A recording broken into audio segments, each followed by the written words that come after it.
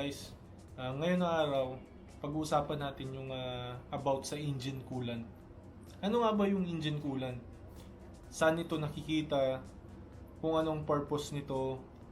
Kung kailan ito pinapalitan? So dito sa video na to, ibibigay ko lahat na information na galing sa manual ng Toyota VIOS or Yaris.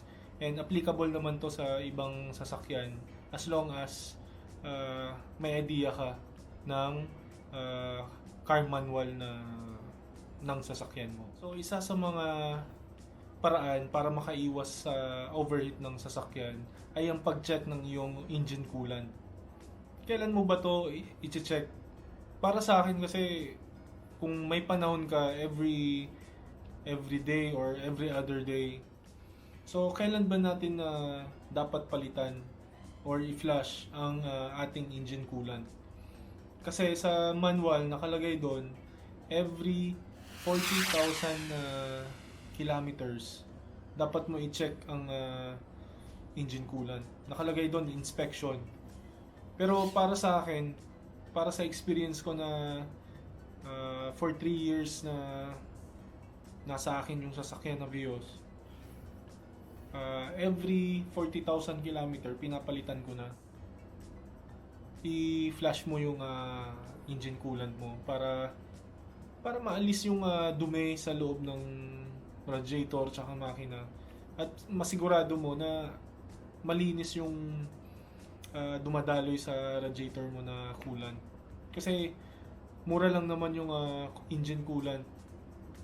Yung Toyota long life coolant, ang 2 liters niya ay nasa 400 to 500 pesos. Depende na lang kung saang shop ang pupuntahan nyo. So isa pa sa mga tips na dapat kong sabihin sa inyo ay yung coolant ng ang klase ng coolant ngayon may green tsaka pula. Usually yung nasa radiator ng VIOS or Yaris ay color pink. Wag na wag mo ipaghahalo ang color pink and green na coolant kasi hindi parehas yung composition niya.